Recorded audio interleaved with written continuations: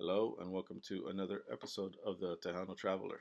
I'm your host Wally, and today we are on the Texas Lakes and Prairies Trail, taking a look at the Perot Museum of Science and History. Now, this is a pretty new building, and it's an amazing building. Look at that; it looks like a big old board cube. And as you're going up the escalator, you get a pretty good view of Dallas and its traffic. I love traffic. And as you're coming up, you get greeted by this dinosaur, which puts you in the mood. And the first hall you can go into is the Expanding Universe Hall, where you get to learn all about space things and light and energy and everything going on in the skies, constellations, planets, celestial objects, everything you've ever wanted to know about. All of that is featured here at the Perot Science Museum. You get to learn a lot. And then my favorite room was the paleontology room because it has a whole bunch of fossils and everything. And not only that, it also has the love of my life, Dimetrodon. I am in love with Dimetrodon. I would marry it if it would accept my proposal. I'm not sure why I'm so obsessed with Dimetrodon, but they have all these different fossil things, and they have a giant mosasaur that you can admire also. If Dimetrodon won't get married with me, maybe Mosasaur will. But I like looking at them because they're like huge creatures, and I can just picture them flying like Gamera and just like flying through the waters and chomping up on fish and other animals and just snapping them up and crushing them between their jaws and being an apex predator. And of course, they have mammoth things. Mammoths are pretty cool animals. I like their tusks. But it's a pretty big hall, and they got other fossils there that you can look at, Ice Age fossils and fossils older than that. And I like how they're presented and shown. All of them have plenty of information.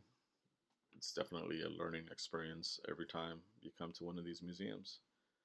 And then here we have all the different helmeted or horned dinosaurs that are all Triceratops related.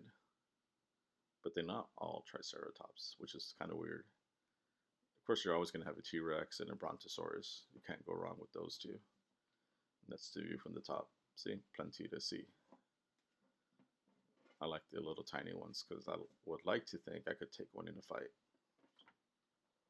And I like the big ones with the long necks because I remember the Land Before Time and how I cried because the mother died and they were all abandoned, and how they find the Great Valley, even though like they still get extinct and die eventually. I don't know. Quetzalcoatlus is also pretty big on my book. And then this collection of dead birds, which was kind of sad because I love birds. And there's that prairie chicken that I'm always looking for that I've never seen. I think it's a myth. I think it's like a Bigfoot, but apparently they caught one and stuffed it. Oh well. And then this is a pretty famous fossil of a mammoth that they found up here in North Texas. They have other halls that you can go and look at. This one's about weather and erosion and all that kind of cool stuff. They have this cool exhibit that uses topography. You get to see how tornadoes form and how they work. Then there's an energy hall, and those things are huge. Those drill bits, they're like bigger than me, and they're drilling all the time, looking for oil and stuff. So this section here teaches you all about energy and how it works and how we use it and how we need it. And then we go to the Life Pavilion, which is all about animals and relationships between animals and organisms and different things. And it's pretty interesting how they put everything together and all the taxidermied animals that are laying here, like this bear. Grrr. It's pretty cool to look at. And like I said, definitely a lot to learn. You can stop anywhere and learn something different, or you can choose to ignore everything and just look at the things. Like this cheetah. I just looked at this cheetah because it was cute. And they have other animal installations, and then they have human stuff that you can go and look at, and mad scientist stuff that you can look at. Because who thinks of putting up a brain with the spinal column there? Creepy. And get to know about where we come from and where we're going.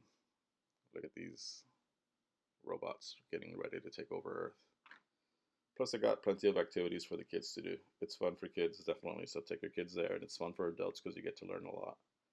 But that's the Perot Science Museum for you. Make sure to go and visit.